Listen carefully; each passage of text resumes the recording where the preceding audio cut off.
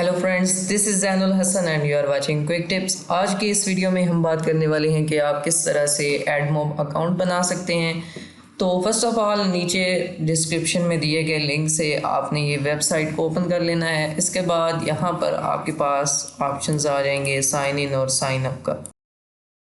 तो यहाँ से आप इनकी डॉक्यूमेंटेशन वगैरह को पढ़ सकते हैं और यहाँ पर आपने साइन इन में जाना है।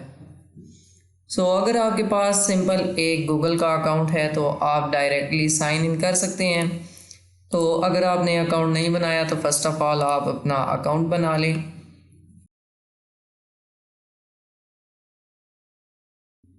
मैं पहले ही साइन इन कर चुका हूँ, साइन अप कर चुका हूँ। आपसे थोड़ा बहुत परमिशंस के बारे में पूछेंगे, तो सिंपल एक ओके के बटन आप क्लिक करेंगे तो आपका अकाउंट बन जाएगा।